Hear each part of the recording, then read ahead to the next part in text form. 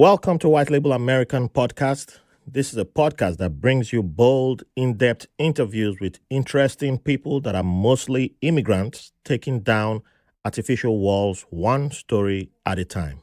This is a podcast that empowers immigrants to share their stories and listen to those of others. Thank you for joining us.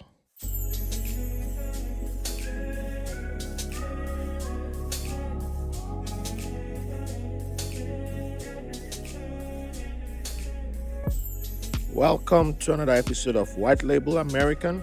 Thank you all for joining us today. I'm your host, Raphael Harry, and I have the honor of having an extra special guest today. I met this sister once at a podcast meetup in the city, and I said, let me check up her podcast. And I was like, oh, wow, before I even checked out her podcast, I saw her socials and I was like, oh, she got one of the things I'm envious about. She knows how to ride bikes. And I was like, okay, she got this going on. And, she just like Mimi, good friend of the podcast. And I'm like, okay. And then I listened to an episode.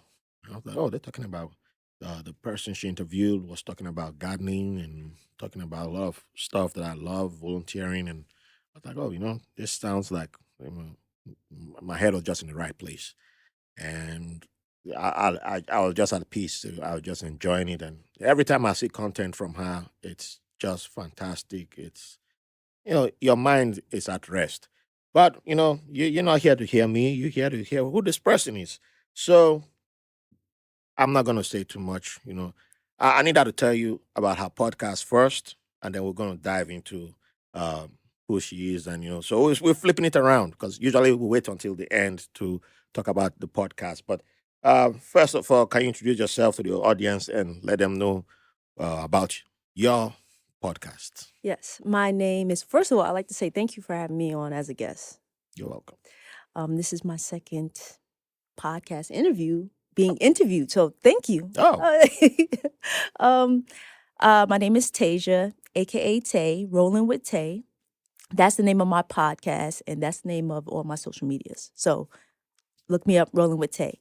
And my podcast is about wellness. So what people do for their mental and their physical well-being, whether it's cycling, whether it's swimming, gardening, hiking, whatever they do that brings them joy.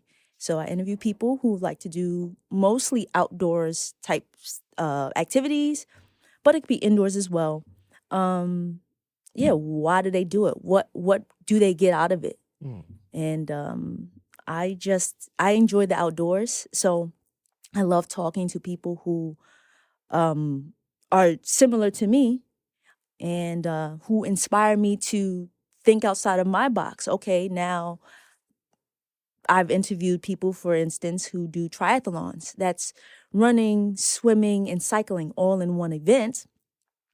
And now I'm on the verge of doing a duathlon. Not swimming yet, but I'm oh, doing running and cycling and okay. then running again. So, Wow, that's amazing. I really get joy from hearing from other people on why they do these things that bring them joy. Mm-hmm. That's it in a nutshell. Yeah, once upon a time, I thought I'll be able to do those. I still think I will one day. I just need to get over the cycling Mhm. thing. But it's beautiful seeing people like yourself, out there, and it's like I said before. I began like before the recording began. Yeah, I try to be as transparent as possible with my kid, and cycling is one thing that I was like, yeah, you're gonna learn how to do this, but she prefers the scooter thing. Mhm. Yeah, so she does that. Although she's in Germany right now, and where she is, like cycling is like you no cycling. Yeah, you don't have a life there. And Mhm. but whenever she's there, she jumps on her bicycle with her grandparents and cousins. And I'm like the only guy who's like, I like walking. It's flat lands here. It's nice landscapes. So, I walk with nature, that kind of thing. And they're like, oh, we can teach you how to ride. I'm like, you know what? This would be a good place to learn how to ride. Because if Mhm. I fall on the grass. Yeah. and I think their healthcare is a little bit cheaper than over here. And it's not like the UK, but it's still better than over here. So I'm like, yeah, maybe I'm next trip, not this one. So, Yep. but I just love the way you show people embracing joy, finding joy in different ways, and improving their mental health. And it's very important because I'm still on that journey of improving mine, and yeah, and using different means and ways, and doing what I'm doing right now. So that's one reason why I was like, yeah, I got to bring you on the podcast because yeah, it's beautiful. And then I read your bio and I was like, oh wow, there's even more. Oh man, this is yeah. I'm glad I invited you to come. So with that being said, let's go way, way, way, way back to the very beginning. To the very, very beginning, like we normally do on the podcast. Um, can you introduce the audience to the meaning of your name, and if there's a story to how you came to have those names? Ooh, okay. Well, Tasia, the meaning of it, I looked it up and oh man, I had a screenshot of it. Oh, you can check if I can you. check it. Let's Yeah, see. yeah. Well, my mom liked the name Tasia. There was a soap opera, yeah, soap opera actress who had the name Tasia that she watched, Mm. and she just named me Tasia. So that's how I got the name. But the meaning of it, Yeah, I'm not familiar with Tasia. and, It's a rare name. and it might be short.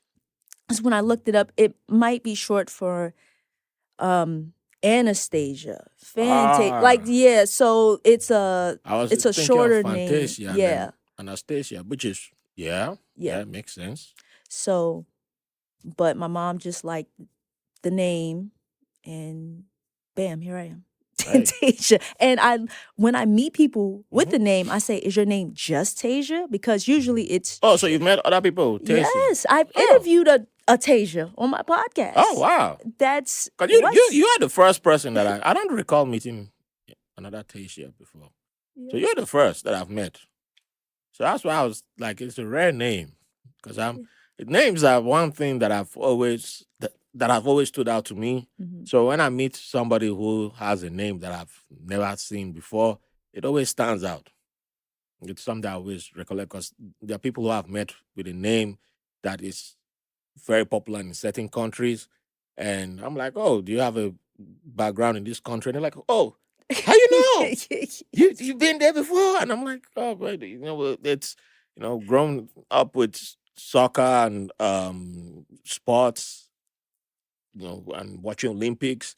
You started seeing names from many Yeah. places, and I was like, oh, so this is a name that they have in this place, and this is a name. And as a kid, it didn't mean anything to me, but I just noticed certain names, and then by the time I'm in Texas and I'm working technically security, but I was more of a receptionist. Mhm.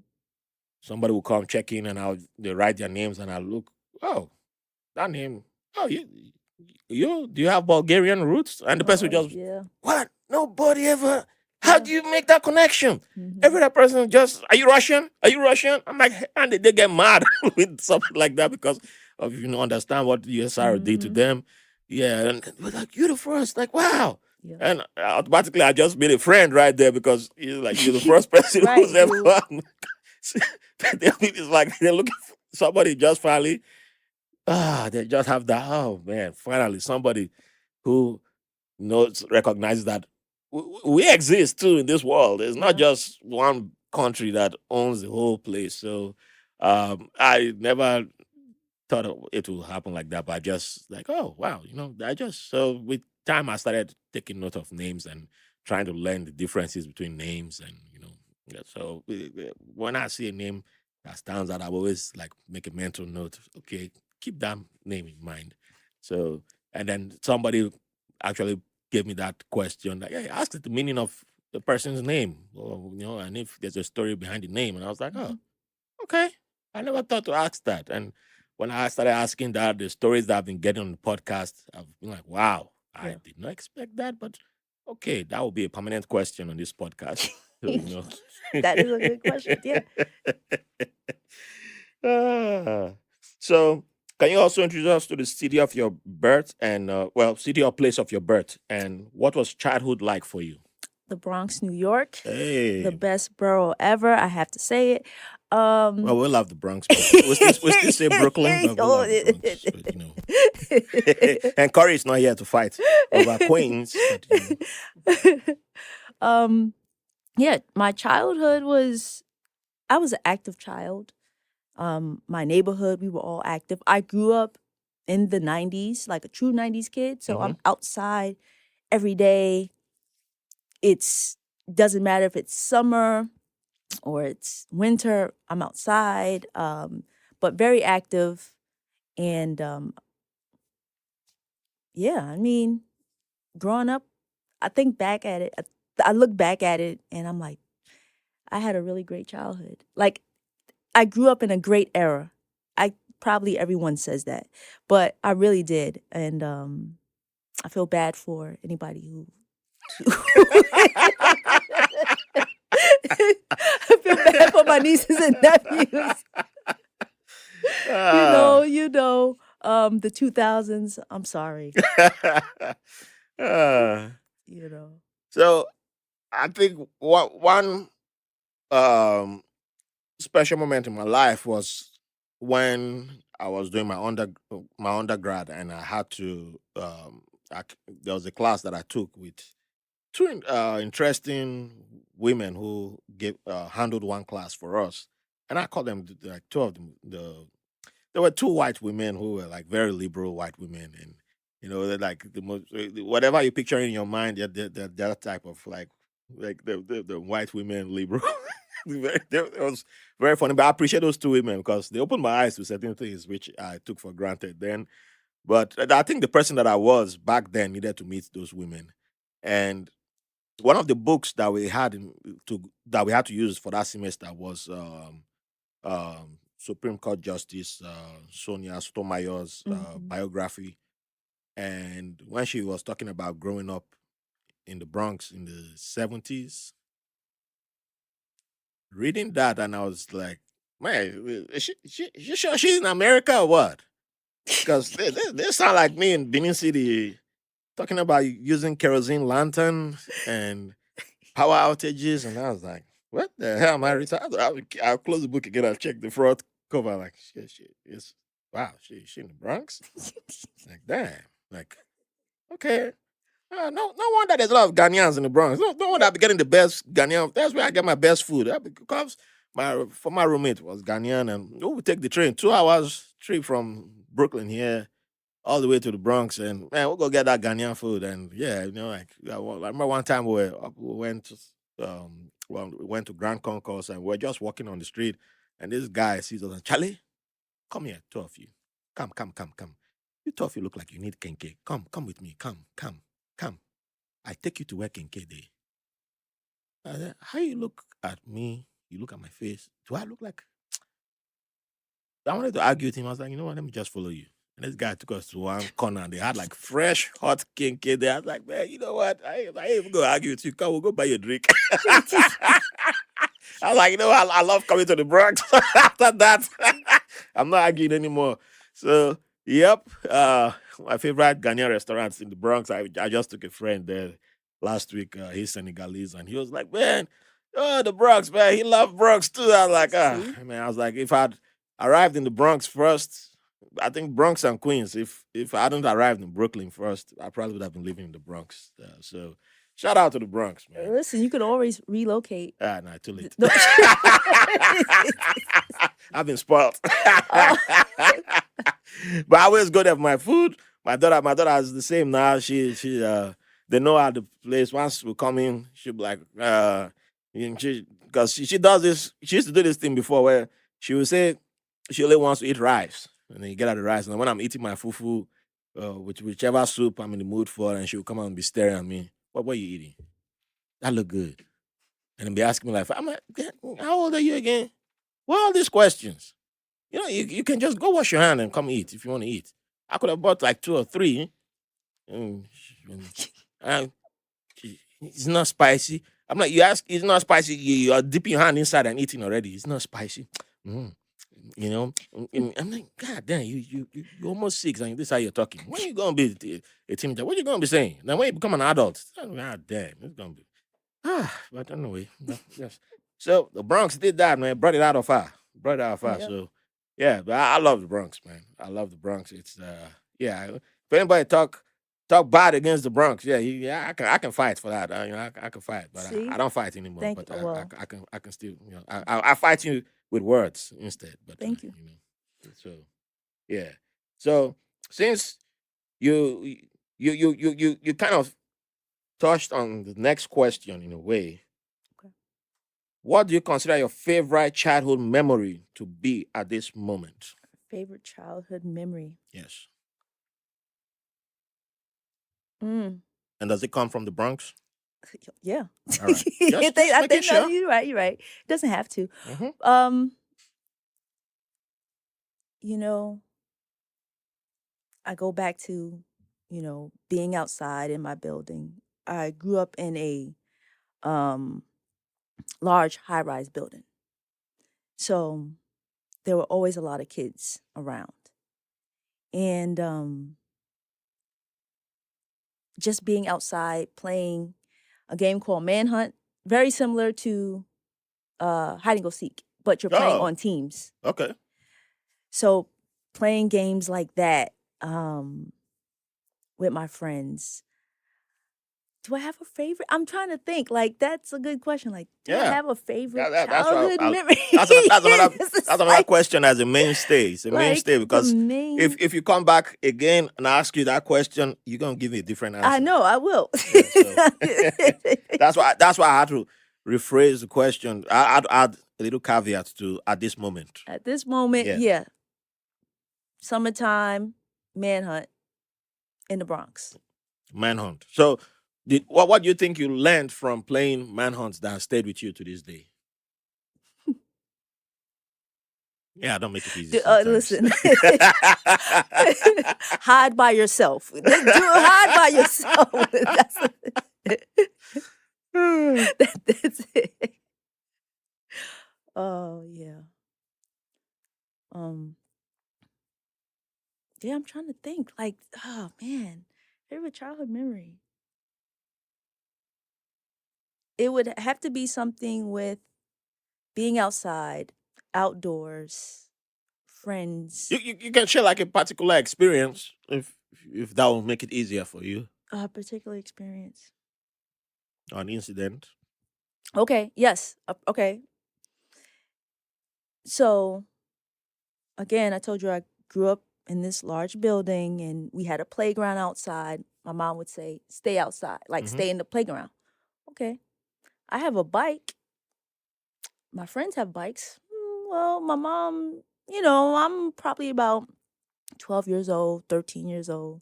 She's not coming downstairs to really check on me because, I'm old enough to be downstairs in the park where she said. I left the park with my friends and we went to Orchard Beach. That's in the Bronx. That's a beach in the Bronx. Orchard Beach is about, I think, maybe 9 miles. Oh wow. I think it's about 9 miles. So my friends and I rode to Orchard Beach. We were actually trying to get to another section of the Bronx, but we didn't know how to. We were trying to get to this place called Co-op City. We didn't know how to on bikes at that time, how to get there. We just knew how the bus went. And we were like, all right, well, we'll just go this way. We ended up going to Orchard Beach. My friend got a hot dog. I was just like, I can't believe this. Let's go back before my mom, just so happenly comes downstairs, But she never found out about that until I, told her as an adult. So that's. But from that point on, I realized how far I could get on a bike. Yeah. I wasn't old enough to drive. I took the bus, but when I took the bus, it was going to school. So now it's like, oh, this bike, okay, I'm riding to another section of the Bronx. It felt like freedom to me. And without MapQuest, without Right, that right. stuff. You were navigating on your own. Yeah, we. Wow. See, oh, you reminded me of a memory that I'd forgotten about. I think I was close to probably 10. I was closer to 10. And we lived in a gated community then, which we call estates. This was in Benin City, the ancient city of Benin City. And so everything you needed was in there. We had a big playground. Well, we had multiple spaces for playing, and there's a tennis court that we never played tennis on, but there was a swimming pool. So it was bougie for that time period. Mhm. And so you never were supposed to go outside the estate, go outside the gate, the main gate. And there was one day, I can't remember what made us go outside. Okay, we only went outside for after school classes, which we called lessons. There was some tutorial program that, yeah, that was, we were allowed to go for that, but almost all the kids in the estate went together. Mhm. So people who lived outside the estate, I remember running into one of them around early 2000, and the person was like asking me about the other kids, and I was like, "Why are you asking me about them? No, I haven't seen them for years." And they're like, "Oh, you're not? I thought you were all brothers and sisters because you all work together at the same time." So that day, for some reason, I don't know what somebody came up with something that we had to go explore, but to us it felt like going to the end of the world. But probably was like a 20, at most 30 minutes walk from our place. And when you've never walked that far, Yeah. that's what it feels like when you're like 10 years old. And the bigger kids were like 15, 16. I think the oldest probably closer to 16. And we went with them. So it was like, whoa, whoa, whoa, whoa, whoa. We're all walking, and you look like, oh, hopefully there's somebody who knows us doesn't see us around here. Go tell our parents, because we're thinking about the lie we're going to tell when we get back home. Like, oh, but it was like an exciting, Mhm. there was this excitement at the same time, there was fear. Right. Because, and I remember when we made it home, we're like, oh, we made it. They didn't catch us. Yes, yes. Oh, and they're like, well, let's do it again tomorrow. Oh, no, no, no, no. No. I got caught the first time. I don't think I'm going to get caught the next day. But yeah, but I think after that, we started sneaking out a bunch of times. Yeah. Oh, that may have led to it. But now I think about it, yeah. That was the beginning.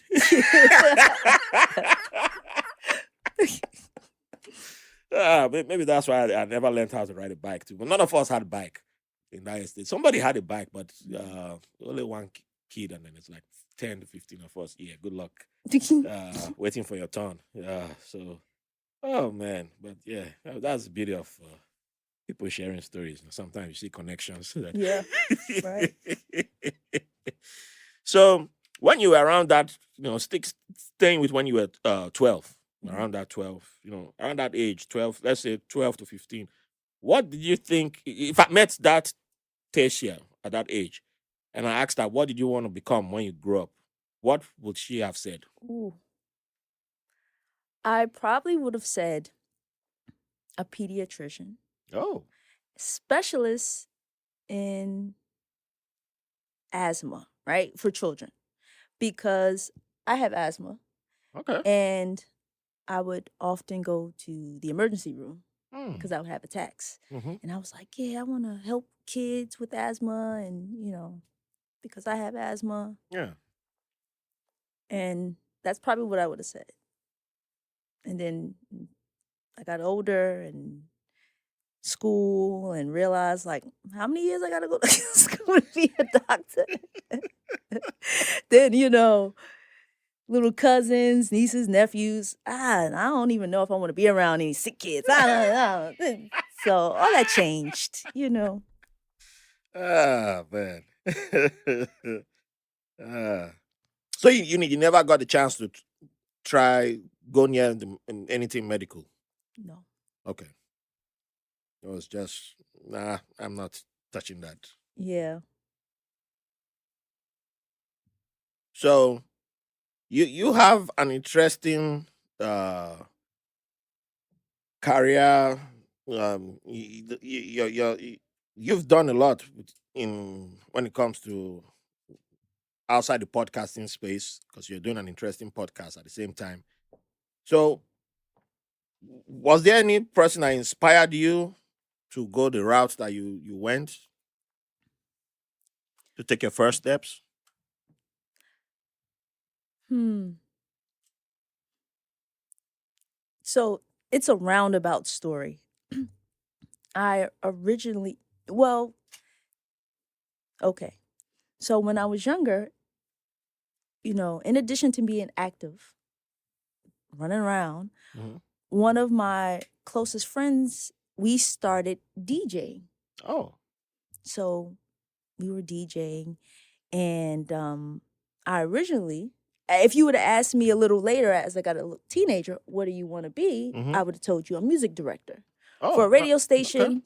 I thought I had great taste in music. I still do. Think I have great taste in music. I can be a music director. okay. That will come up. There's a question coming up with Okay. that, so So keep that in mind. the route that I thought I wanted to go was, being on the radio. So I looked up to like Angie Martinez at the time, Hot 97, DJ Funk Master Flex, DJ Clue, because they were on the radio. And I was like, oh, they're on the radio. And I want to go that route. So I went to school for TV radio production. I graduated from SUNY New Paltz. That's in New Paltz, New York, hmm not too far from Poughkeepsie, New York. Um, and after college, I was going. I tried to get an internship at Hot 97. Hot 97, very popular. Definitely wasn't getting an internship there Mm. because there was so much competition. Yeah. So I asked a cousin who was sort of in the entertainment industry. I said, hey, I'm going to try to get a small internship at a small radio station upstate. He was like, don't do it. I was like, why not? Like, this is my foot in. He's like, don't do it. I'm going to talk to someone and he does music videos. He'll, maybe he can get you on a music video. Okay. At this time, I don't want any music. I mean, yes, it's music videos, but okay, I still want to do radio stuff. hmm Got in, did a couple production assistant jobs on some music videos, and got my first couple checks. And I was like, damn, maybe I want to do this instead. So dang, hours are long, but it was like exciting. It yeah. was like, wow, and then never took that internship. I got the internship. I was gonna go, but my Oh, cousin had said, don't do it, wait, the internship upstate? Yeah, I got the Okay. internship upstate. All right. He's like, don't do it. Do this and like you're not. He kind of talked me out of it because he was like, you're not. You don't want to do that. You're not going to go anywhere with this. Mm. So I went this route, and I've been in TV entertainment production ever since then. And I'm kind of like, dang, should I have taken that internship? Yeah, that was going to be my next question. Should I have taken that internship? I did do another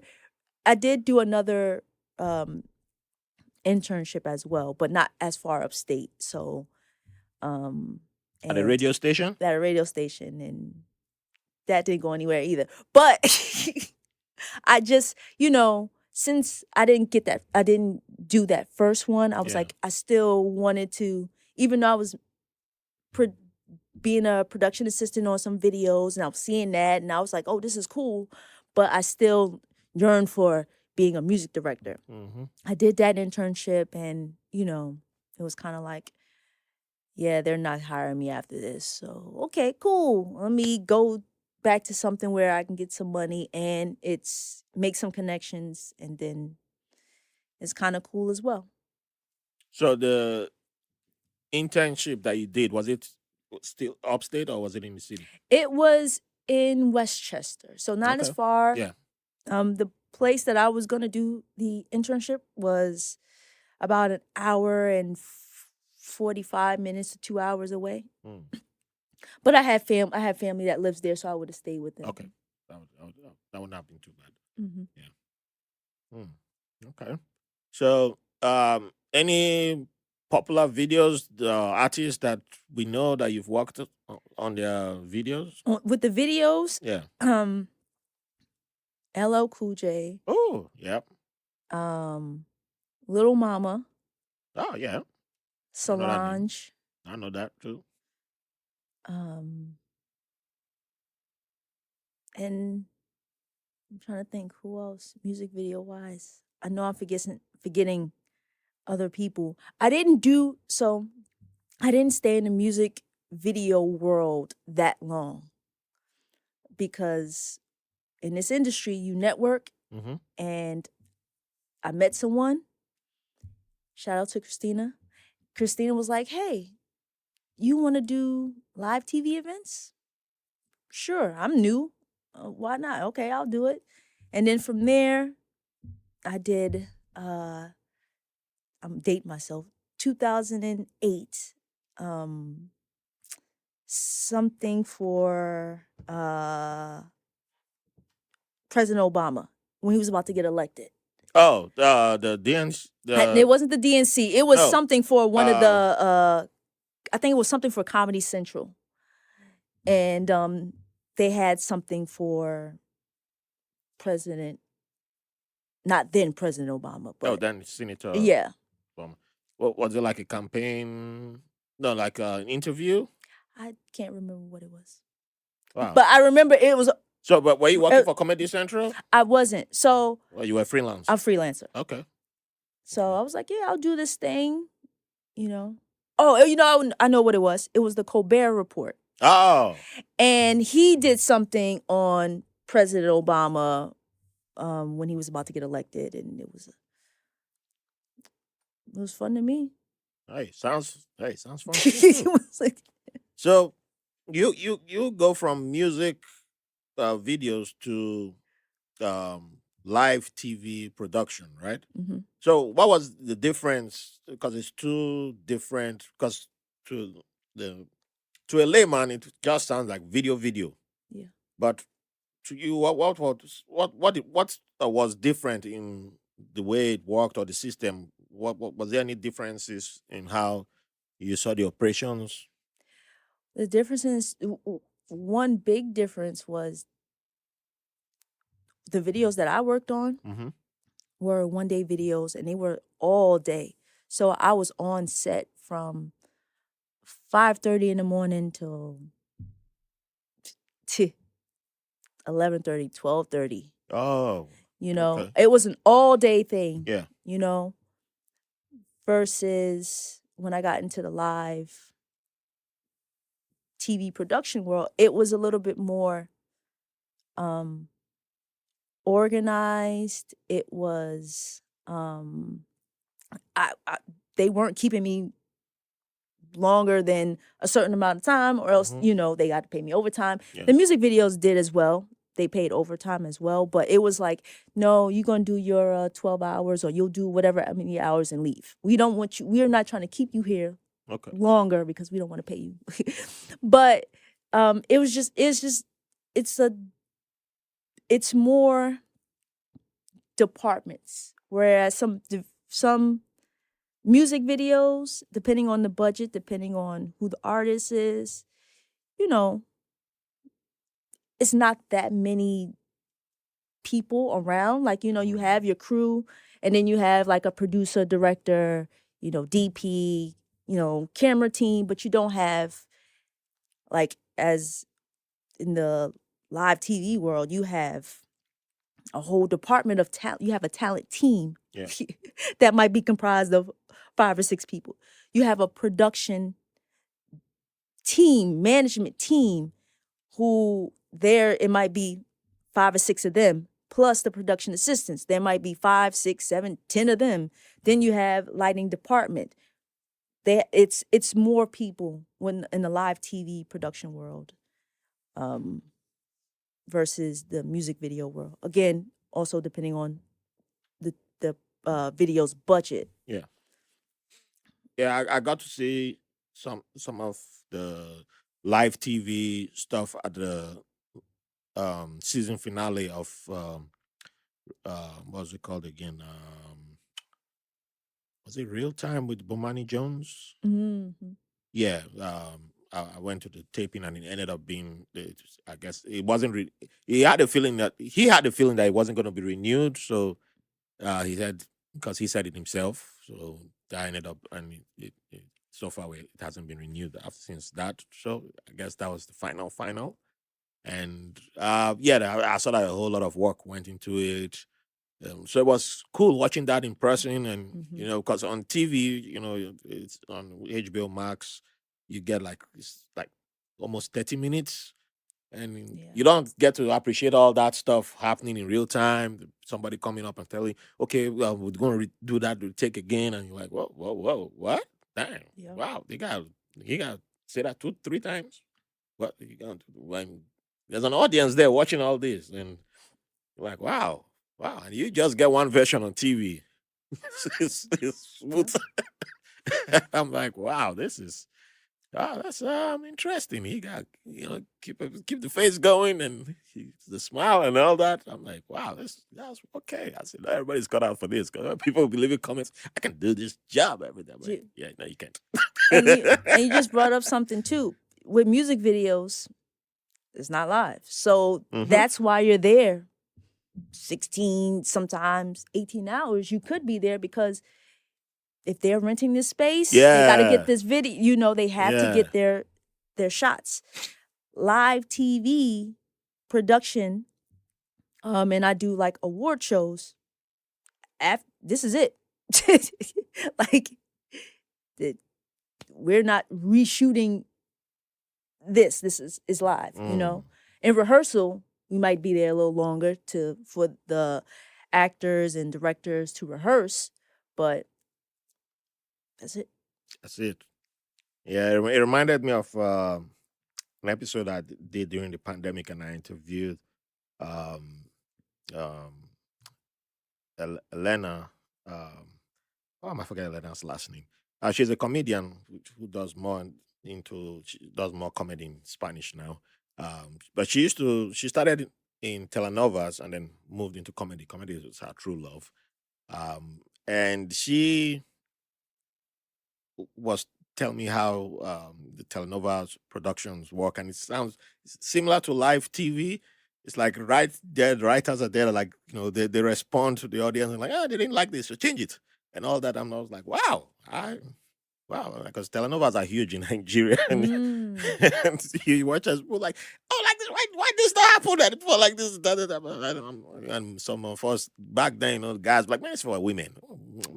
Men don't watch this kind of stuff.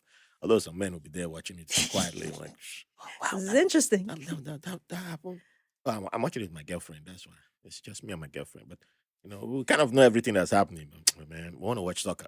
All these girls want to come taking out the whole TV, but we kind of know everything that's happening at the same time. But when she was explaining the production side and how they have writers on sets, literally changing the story and all that, I was like, wow, that's during the filming. I was like, oh wow, that's wow, respect.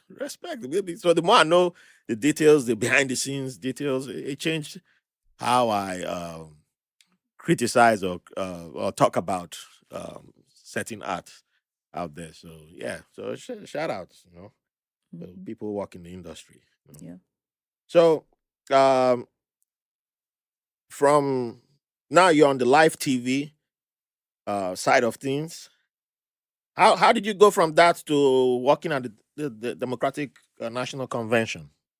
Well, networking. So I met someone and they were like, hey, you want to do this event, this live TV event? Sure. Yeah. Then I met someone else and they said, hey, are you doing anything for Thanksgiving?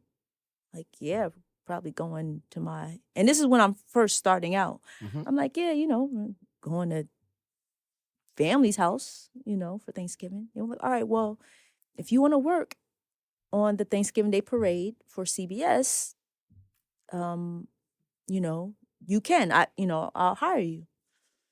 Thought about it, you know. I can see my family later, I can see my family That's later. one way to put it. and yeah, this is an opportunity. Yes. CBS, Thanksgiving Day Parade. I've never, before that point, I had never gone into the city or even watched the Thanksgiving Day Parade on Thanksgiving. It just didn't, spending time with my family, running around, my cousins, Yeah. And I said, yeah, this is okay, I'll do this. Then from there, I started again networking. Okay, the same people that did that show did another show. They did the Tony Awards. Okay, you want to work on the Tony Awards in, June? Sure, great. Then from there, you meet other people, and then I just networked and did some other shows. So how was that like? What was that experience like during the Thanksgiving Day parade? Was it on a day that was cold? Now you're outdoors, unlike other live shows that you've been doing that seem to be indoors most of the time. So that one, well, you're not really outside. The only people that's really outside are the cameramen. Okay. So I'll have to go in and out. Yeah. But I don't have to be outside. Okay. And Good. up until like the last one that I did, I stay inside. I look we have a nice view. Okay. All right. Do you need me outside for anything? Nope. I don't need to go check on anything. Okay, I'm good. I'm inside. All right. Yeah. I was worried. I was concerned there for a little bit. Like, ooh. No. Damn Thanksgiving cold sometimes. It'd be. I know. If I don't have to be outside, I am not. Not in the wintertime, no. So, what was that experience like being at the Democratic National Convention, and which year was that? So what I spoke about earlier, that was in 2008, and I didn't go then, but I got an opportunity in 2016 to go to the one in Philadelphia. Oh, yeah. And I couldn't believe it that I was there. So I do a number, I'm a freelancer, so I do a number of positions, right? So I work in production management. I work in post-production. Post-production is, basically with the editors. So you're doing editing? I was not. I was a post-production coordinator. So I didn't really do any editing, only, but I'm just help coordinating with the editors and the producers and directors and what they need. I'm just Wow. didn't really get a chance to edit anything. I don't know if they wanted me to. But so when I went to not DC, when I went to Philly, Yeah. I was on the post-production team. Okay. And the whole experience was great. Like, I'm here seeing all these people excited. Unfortunately, Hillary didn't win, but still, like, I got a chance to see President Obama. I got a chance to hear Boys to Men. They came. There were so many people that came, and just to be in a room was like, wow. This is like, just to think, 8 years ago, I was, just starting out at the Colbert Report's, especially President Obama event. Now I'm, in Philadelphia working on the DNC. Yeah, witnessing history. Yeah, right. So Definitely. you actually witnessed history twice. You were at the beginning of Obama, and then Yeah, and then and it was something. They were protesting. It was just, the whole thing was it was something. yeah. So if anyone listening knows Kamala Harris team, they might want to get Tasia to come. Just saying. I'm not saying anything, but I'm just saying. But y'all know I'm Joe Biden 2024. But I'm just saying, you might want Tasia to just be walking around when Vice President Kamala gets interviewed on something, just have Tasia This in the back. Just I don't know what you're gonna hire her to do. Just hire her. I like that. Thank Hire you. my home girl. Yeah. Thank you. So, Appreciate that. another question. So are you part of a union or you just freelancing? I'm not a part of a union. Okay. Hmm. Because there's unions for people who do your jobs too, right? Yes, there are. Okay. Have you thought about joining? I have, um, and I just haven't. Uh, I don't want to say pull the trigger, but you know what I'm saying. I just haven't, Yeah, if it's not the time, it's not the time. Yeah. That's it. That's nothing wrong. So, what advice will you give to someone looking to a younger person, or let's say a younger Tasia who's trying to go the route, go into the TV, live TV, let's just say TV industry, like you did, who's at phase zero. Network. When you meet someone who is doing what you want to do, or may know someone that is doing what you want to do, network with them, follow up. When I first started, I thought like, oh, people will be calling me. Mm-hmm. No, you have to call them. You have to reach out to them and ask them, especially with the music videos. Hey, y'all got anything? No, we don't have anything. And I'm like, oh man, you know.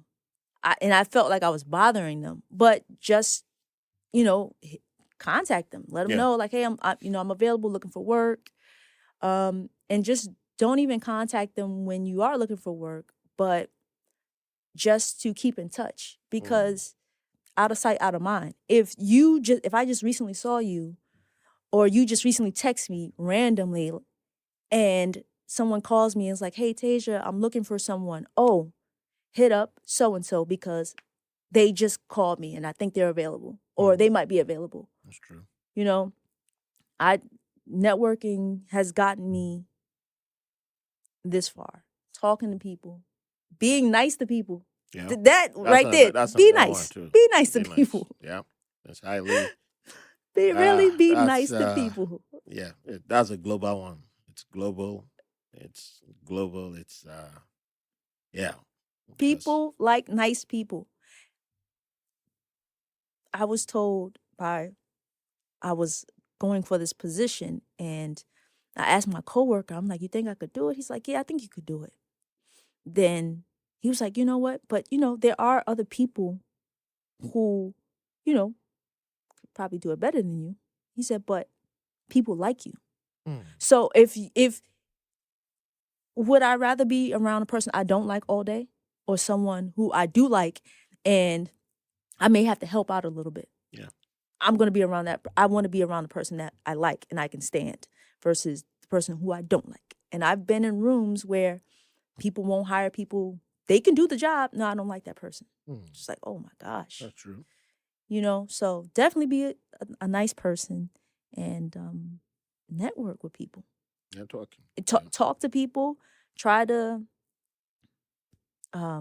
if there are internships available, go have coffee with people, or just go to a cafe or whatever. Just, and talk to them and tell them what you're trying to do, because people genuinely want to help.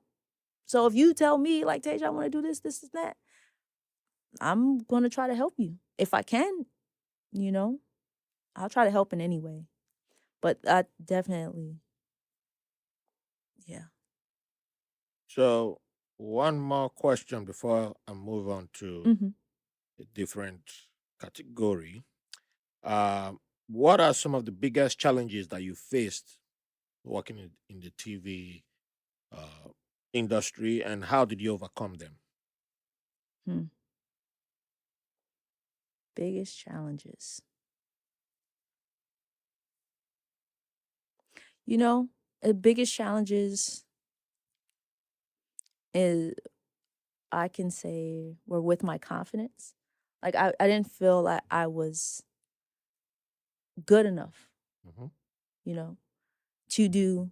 Hence why I asked my my coworker, I'm like, am I good enough to do this? He said, yeah. And to do certain positions. Again, I'm like a Jackie of all trades where I am, if there's a position, and I didn't used to be like this, but whatever I felt comfortable and I was good at, I stayed there, Yeah, that sounds like me. you know? And that hindered me because I didn't grow like that. You know, I wasn't able to grow because I didn't feel confident that I can do these other roles. Yeah. Then once I started saying, okay, well, just do it. I mean, try it. Why not? What you can't stay at this level forever. So then I Mm-hmm. started trying and doing, and people would ask me like, "Hey, Tasia, we're looking for a producer." Yes, I could do it. Didn't produce nothing in my life, but started saying yes, I could do it. And again, talking to people like, "Hey, this is what I want to do." Mm. And then people started hiring me and recommending me, and I just, you know, built up the confidence to say yes, I could do it and do it. That was something that I had to really overcome because I stayed at, sort of like the entry level for a long time because I was scared that I couldn't do,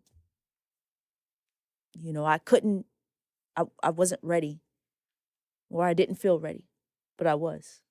Yeah, I think that's one issue many of us have. I suffer from that too. Like, that in here, it's like Mm-hmm. I can see, I see the part, I see a lot of things, and it's like, I don't know if I'm ready or if I don't know. And then sometimes, like, just, it's like the Nike, Yeah, just do it. just do it. And then, Yeah. then you do it, and you're like, man, it's just like I'm a Magneto with metal, I use my X-Men analogy. I'm a big nerd on that. But then you're like, man, why was I beating myself up Right. so hard? But if you don't try it, I mean, how will you know?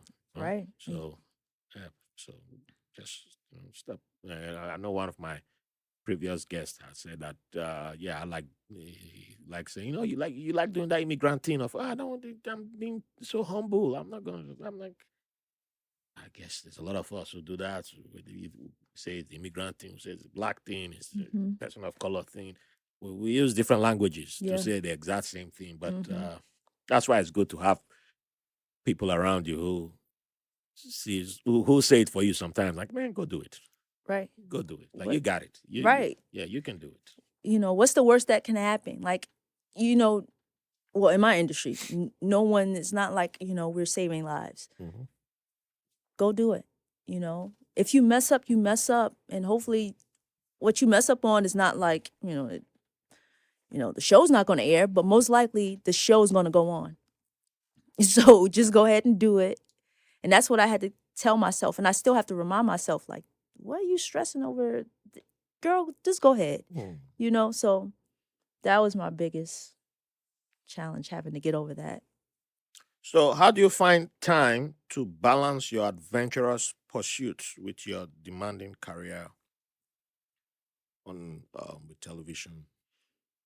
Well, I am a freelancer, so I I can kind of pick and choose. Mm-hmm. Um, and once a show is over, if I don't have anything immediately lined up, I'm I'm either booking a trip someplace or I have things on marking events on my calendar like, okay, I want to do this, I want to do this, I want to do this. And I try to stay committed to that. And even when I have, work, I tailor my schedule to what I have to do. So while I was in California for a couple months, I got up. I didn't have to be to work till about 8:30, 9 o'clock. So, and it was about a maybe 25-minute, 30-minute drive to work. I would get up every day at between 5 and 5:30 and read, journal, do like light exercises, and then run. Either a mile, 2 miles. And I made the time for it. You know, I knew that I wasn't getting home until 6 or 7 o'clock, 8 o'clock at night. Yeah.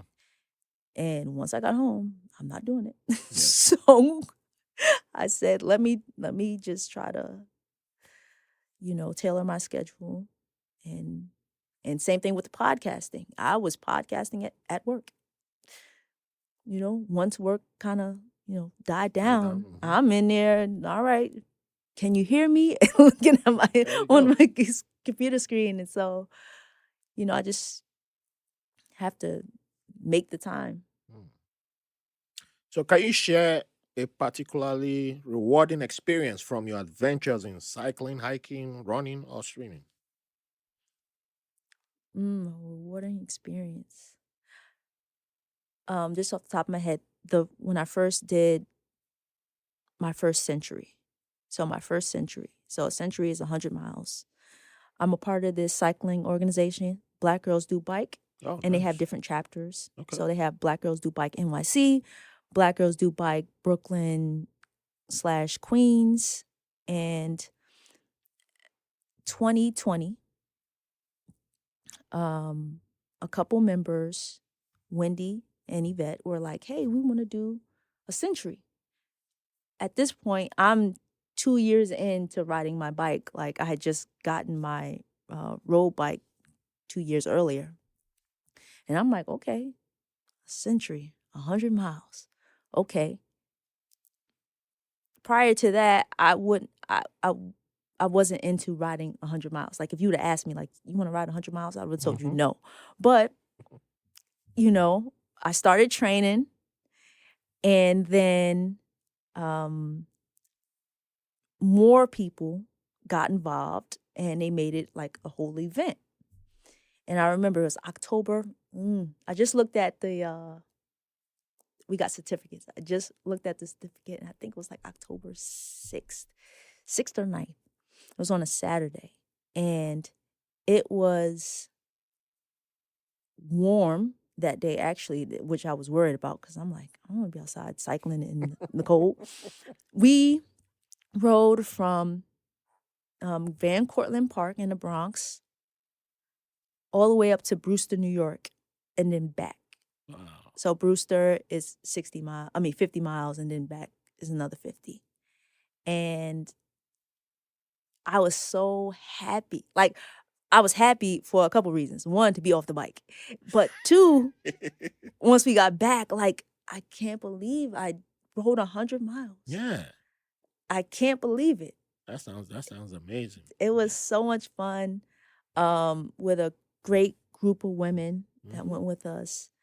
And we had a beautiful day. Everything was it was great. And after that, I was like, oh man, I wanted to do more. And once we got back, I'm like, dang, this was great. Only thing would have been, would have topped it off if we would have got like medals or something. And then Lisa, our Shiro, she gave us certificates, which I was like, wow, this is so great. So I still have. You got that framed? Yeah, I did. I got that framed. Yeah, I framed that over my university degree. Yeah, right. My diploma is, I don't even know. It's on my bookshelf somewhere.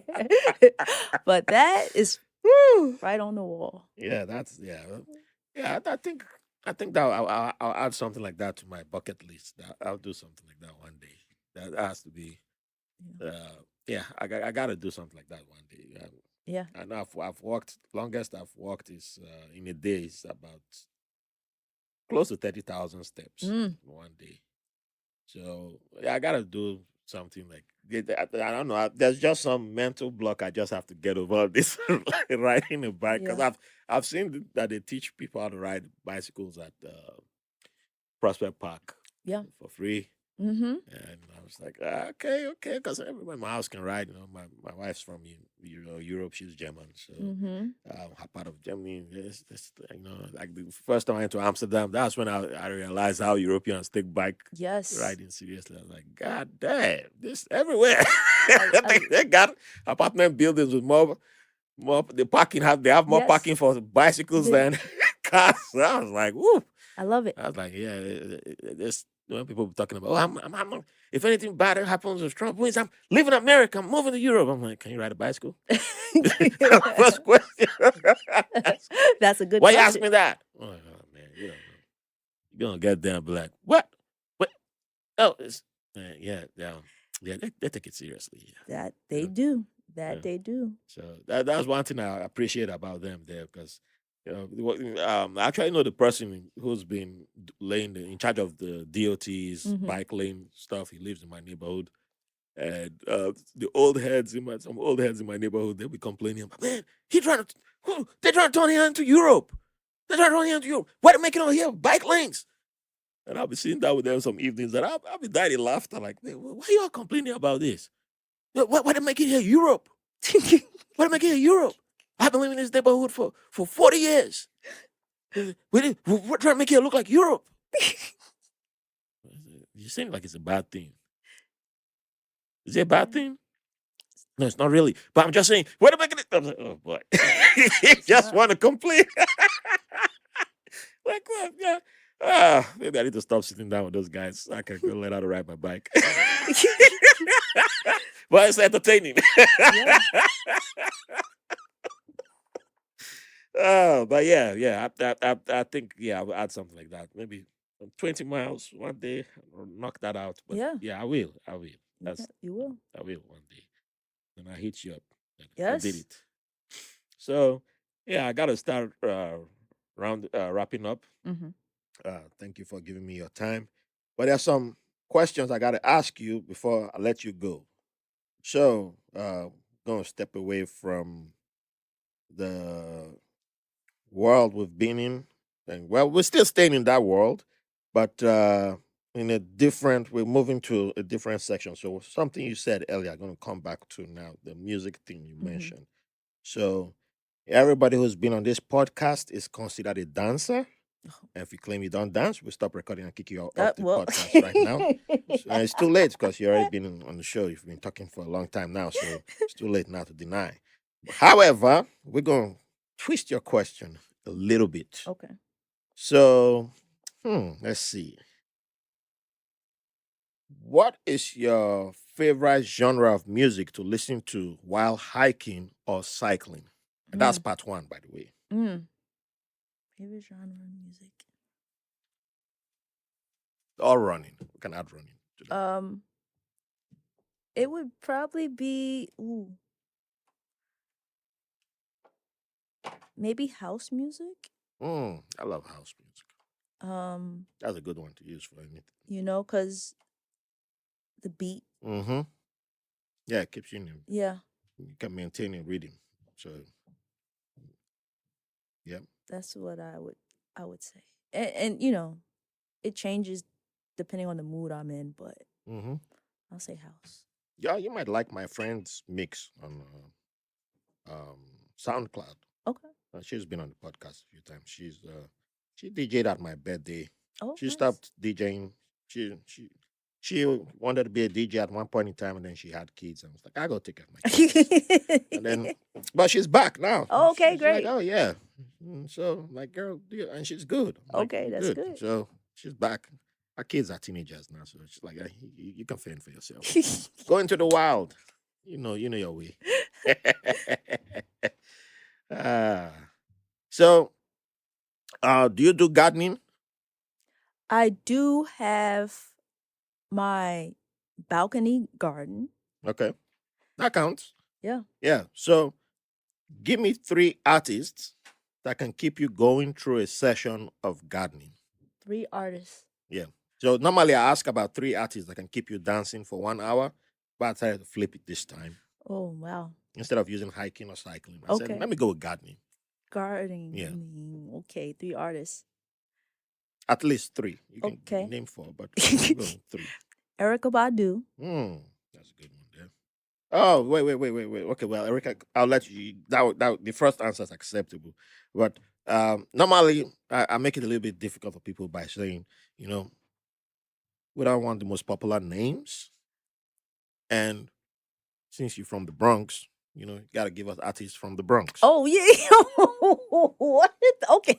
Yeah, see, that's how I get people. What? You know, you. But I'm not saying you must stick to only the Bronx, but at least one artist can Okay, come from one the artist from the Bronx. Bronx. Yeah, Okay. yeah. But yeah, I forgot to name the caveat. So Erica Badu is already accepted. Yeah. Okay, so Cardi B. Oh no. Wait. Well, we need a buzzer here. We need a buzzer. Yeah, You Walter, just we need said a buzzer. from the Bronx. What's Yeah. Well, happening? that's like the most popular name right now. Oh my goodness. Yeah. But I like Cardi B. Yeah. We don't dispute that. But I mean, But for gardening, how you gonna? What kind of plants are you planting with Cardi B playing? What are you trying to grow? You trying to grow money? If you're growing money, that's different. But listen, yes, I am. yeah. But I mean, that was a rhetorical question. Yes. Yeah. Oh gosh. Yeah. I can't make the. If I can't make it too easy for you to answer. So there you go. Okay. Okay. Cash Cobain. Okay. Mm, no. Well, okay, we'll accept that. But it's not like it's not too popular. So, okay, okay. I mean, technically, but I mean, yeah. Is it from the Bronx? Yeah, he's upcoming artist, Okay, producer from the Bronx. all He right. has some music on the radio and some features. He's produced some things, and my niece, who actually is from Brooklyn, Hey, okay. Wait, put me well, on to him. So all right. Oh, I somebody. Well, okay. Say no more. Say no more. Brooklyn. Yeah, that's how you know it's the best borough. But that's there you go. There you go. So who's gonna be your third artist? Okay, gardening third artist, Larry June. Hmm. He's an artist from California. All right. I think he's from the Bay Area. Yeah, that makes sense. And he has a song about plants. Oh, okay. I'll have to check that out then. And do I have one more? Up to you. If you want to add one more, you got three already. But if you want to add one more, I'll take it. I'm the one who's going to check out the artist. I mean, I already know Erica Badu, so Larry June. I'm very interested in Larry June. Cash Cobain. Yeah. I'll just leave it at those three. Okay. So next question: what's the most memorable cuisine you've discovered on your adventures? Is there a particular dish or food experience that stands out as a favorite?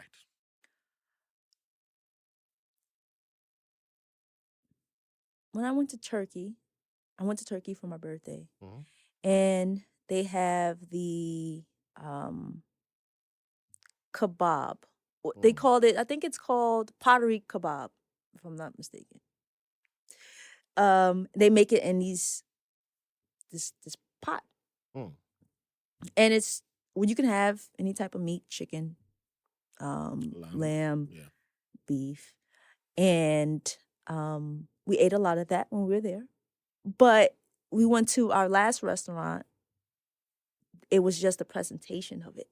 And I'll show you, because I was just like, this is great. Like, it was just so unique to, I guess, I don't think it was unique to this area. I went to Cappadocia. I don't think it was unique to that area, but maybe Turkey. Mm-hmm. But that, I would say, that's just the most recent meal that I had, and I was just like, dang, I ate a lot of chicken and rice, beef and rice, while I was there, and it was really good. But they made it in these like potteries they stewed it in there, and once it came out, it was good. That's the latest one I can remember off the top of my head. In Germany, if you hear doner kebab, that's Mm. literal Turkish kebab. It's kebab from Turks. Oh. The largest minority in Germany is Turkish. Mm. So, like if you see the German national, like the current captain of the German national team, Gundogan, is of Turkish heritage. So a few years ago, he had a controversy where just before the 2014 World Cup, himself and Ozil were pictured with Mehmet I've got his first Erdogan. I've got his first name, the current president of Turkey, Mm-hmm. and he used it as a political stunt. He's always doing. He's Trumpian too in his own. He uses Islam as his own thing, but yeah, so the right wing guys in Germany were in uproar, like, oh, they're not really loyal they're not patriotic to Germany. Look at them with Turkish president. Like their families obviously grew up adoring the guy, so they can't put them in a tight corner, and he ambushed them.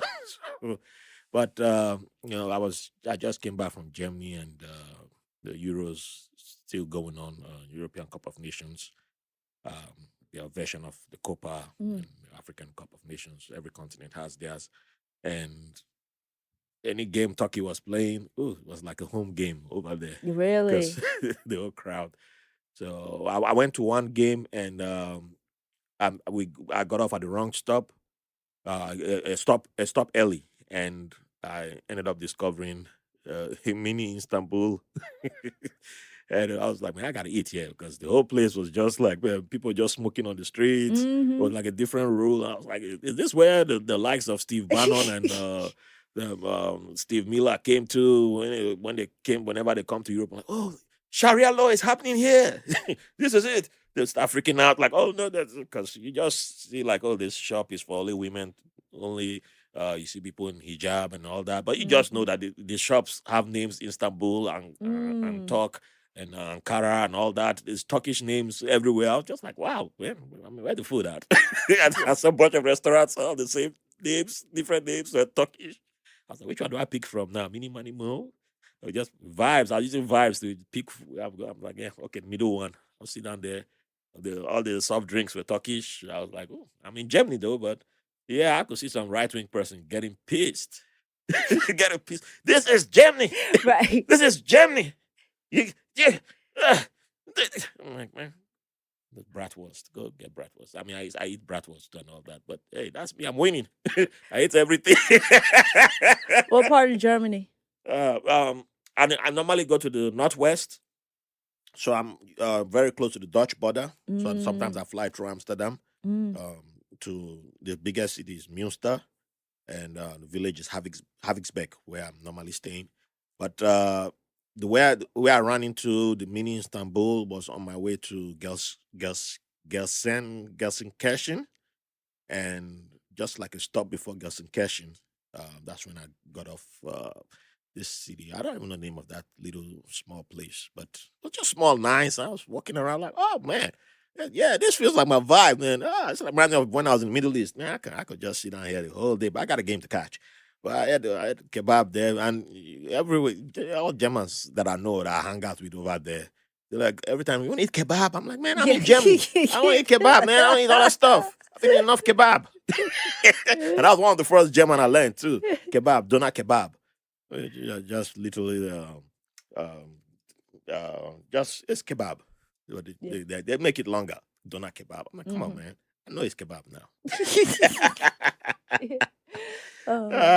But anyway, that's a food question. But next, when you come for part 2, I'll ask you the original question I normally ask about food. That'll be the one that will trap you. But listen, I'm a plain Jane food Plain person. Jane. Oh, that's plain Jane. Like, give me some rice, give me some chicken.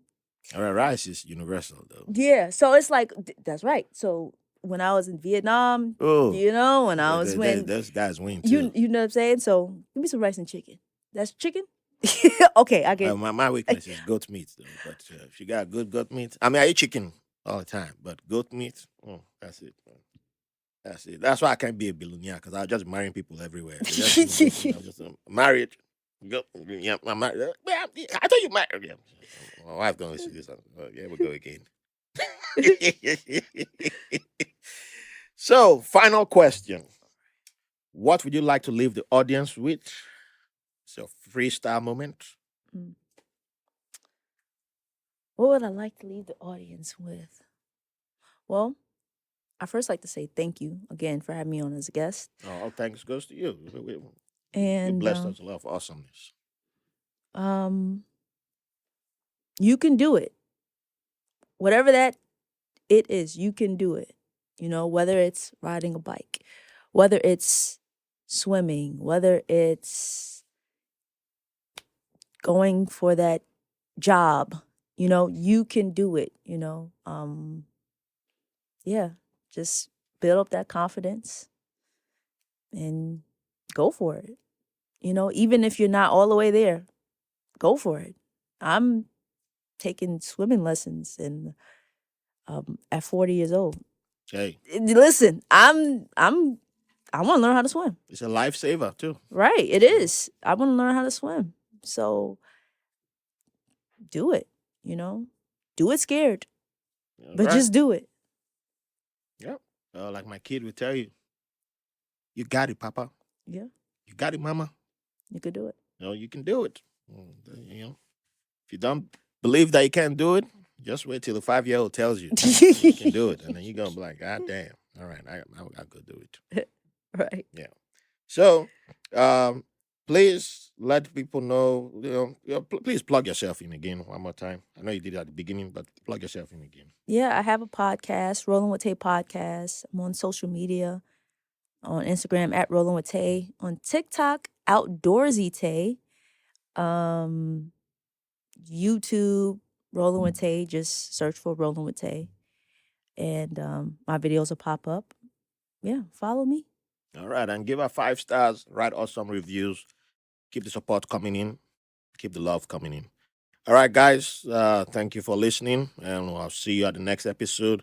And as my people say, Mbana and Dankeschön for your time, spending your time with us today. And yeah, be good, be kind, be awesome. Thanks for listening to White Label American. If you enjoyed the show, please give a 5-star review on your favorite podcast app. You can follow the show on all social media platforms. Visit the White Label American website for links for donations, episodes, feedback, guests, merch, and newsletter. Don't forget to download the free White Label American app on the Google Play Store and Apple coming soon. Thank you for the privilege of your company.